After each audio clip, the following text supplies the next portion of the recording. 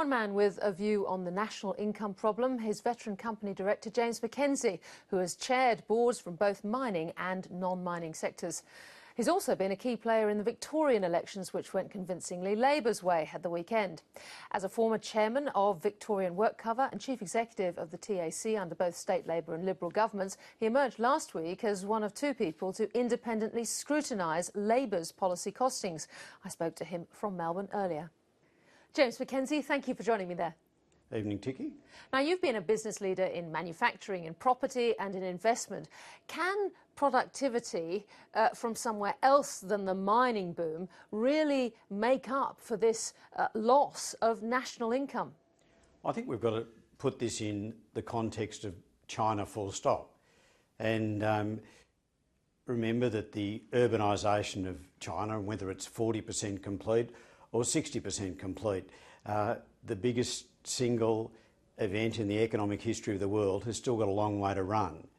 The free trade agreement, which was recently concluded by Andrew Robb, leads to a plethora of opportunities for Australia's business, and they don't just relate to iron ore and coking coal. China doesn't have the capacity to feed itself, and it doesn't have the capability to satisfy the demand in China for education.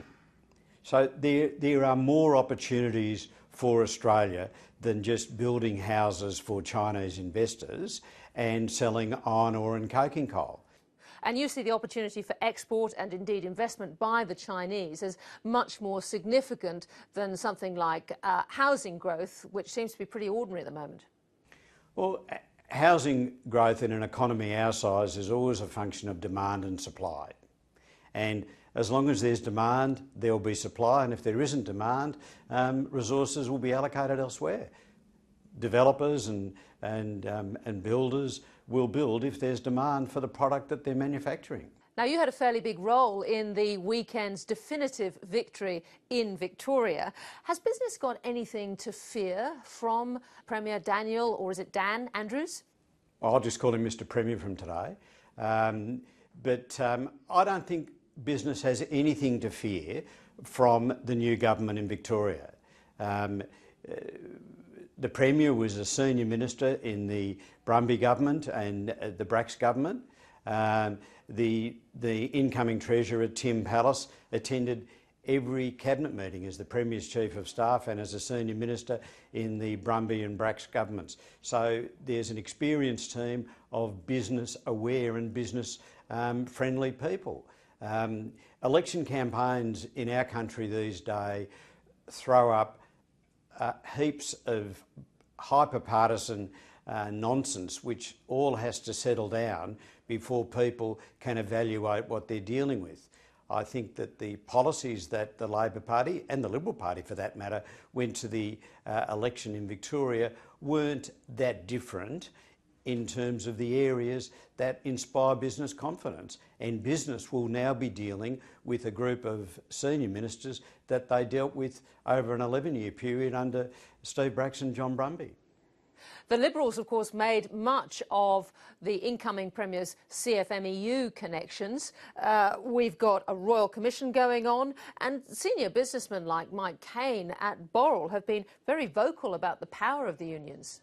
Well, all I can say is that in previous positions I've had in Victorian, on the boards of Victorian statutory authorities, the Transport Accident Commission and the Victorian WorkCover Authority, especially in WorkCover, we're at the epicentre of the relationship between government and unions, and the CFMEU, of course, being the construction industry union, was one of the major unions that we dealt with.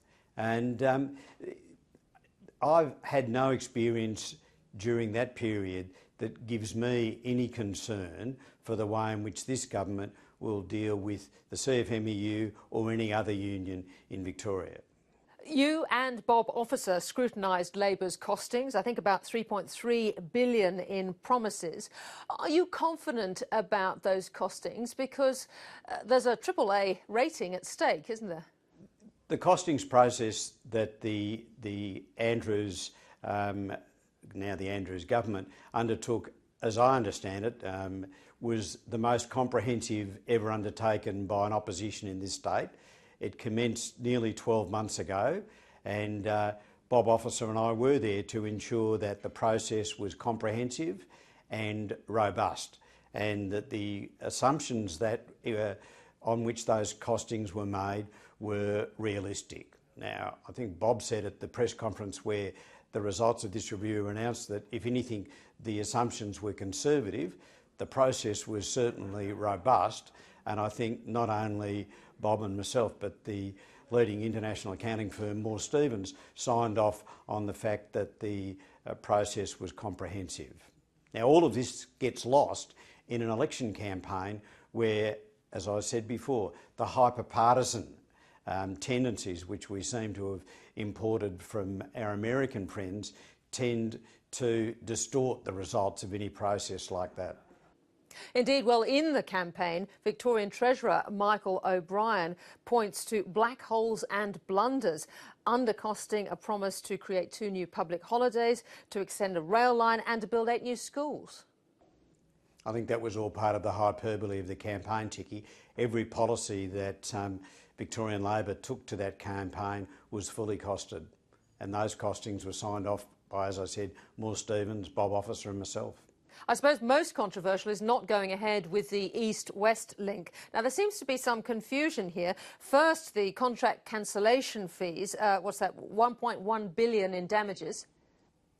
Well, I think confusion's one way to describe it. Misinformation's probably another way to describe it. Now, I'm not a politician. I think that the party that won the government on Saturday, the Premier-to-be, Daniel Andrews, said that he would be releasing those contracts. And I think that then it's up to people to make a judgment on those policies in the context of those contracts and the process, the competitive nature of the process behind their completion. There is, though, a contingency for the state government to pay for that? As Bob Officer said when these costings were released, obviously there are certain components of any policy costing process which remain commercial in confidence, but any contingency in relation to the East-West contract is fully covered conservatively in the costings that we signed off on. And then there's another $1.5 billion in federal money that Tony Abbott seems to want back at the moment, and the federal government maintains that this is not part of the National Partnerships Agreement. I think that's, again, falls into the category of election campaign hyperbole. And again, I'm not a politician, so I couldn't comment on what that would mean for the popularity of the federal government in Victoria, but I'm confident that Daniel Andrews and Tim Pallas will be able to negotiate a deal that will not give anybody in the business community in Victoria anything to be concerned about. Because if that money does get redirected, for example, to a road project in New South Wales, that could be quite damaging to the Victorian budget, could it not? Well, again, I'm not a politician, but just common sense will tell me that won't happen. There's a federal election in 2 years. James MacKenzie, very good to talk to you. Thank you. Thanks, Sticky.